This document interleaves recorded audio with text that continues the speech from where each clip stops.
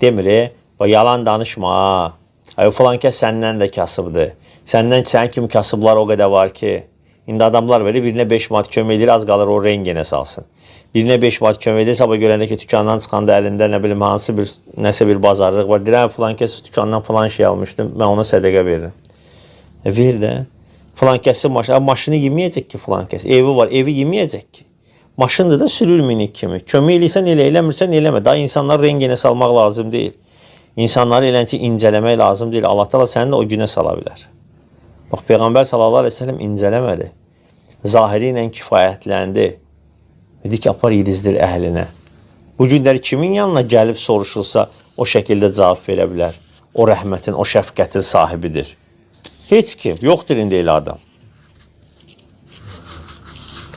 Bəli, bu həqiqətən əzəmətli bir əxlaq sahibinin yoludur.